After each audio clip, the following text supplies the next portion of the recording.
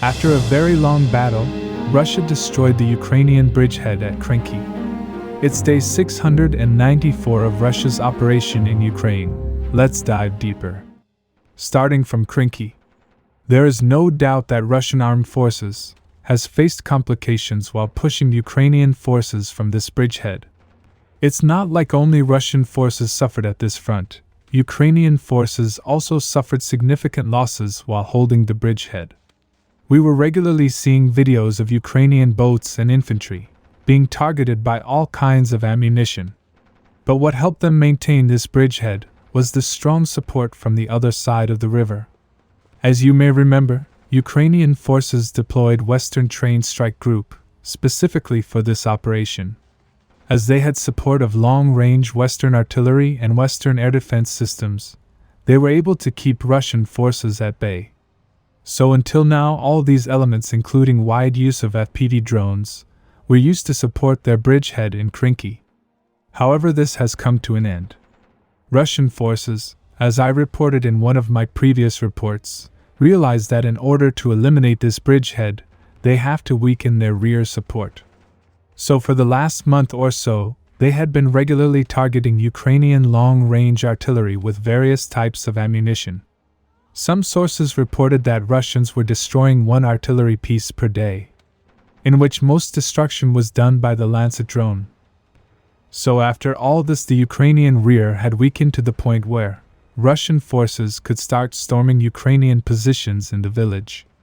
Sources said a serious counterattack was launched nearly 1 week ago.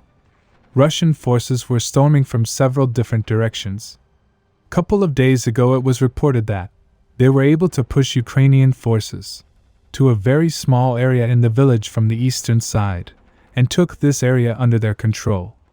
Adding to the unfortunate condition, it was reported that due to bad weather, ice was forming on the river, and a couple of Ukrainian boats were stuck as a result.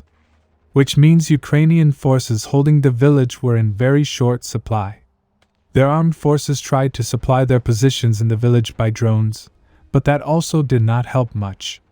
Seeing the opportunity, Russian forces increased the pressure from all directions. It is reported that Ukrainian forces were forced to retreat from the urban areas of the village. However, this area in the village remains a gray zone, as Russian forces are currently clearing it. But it is said they were able to clear the forested area, and took it under their control. It is expected that it might take a couple of days to clear the urban area. Apparently the Russian unit raised their flag at the post office for symbolic capture. But we'll wait until they clear the remaining areas, before we consider it fully recaptured. Russian sources say that if the ice develops thick enough, then Ukrainian forces might attempt to create a new bridgehead in some other areas. Now moving to Avdiivka. As we saw in our last update, how Russian forces activated this northern flank by launching several assaults along the combat line, and also saw their main armored assault in this area. However, we have still not received any major update about that assault from either side. Ukrainian forces have also not released part 2 of that video. Some sources have already put this area under Russian control, but we will wait for confirmation. Only interesting thing we received from this front was 2 Bradley targeting Russian T-90. I would suggest watching Red Effect for that battle. We will cover the situation in Belahorivka and north of Soledar in next report. Subscribe for more frontline updates. Let me know your thoughts in the comments down below.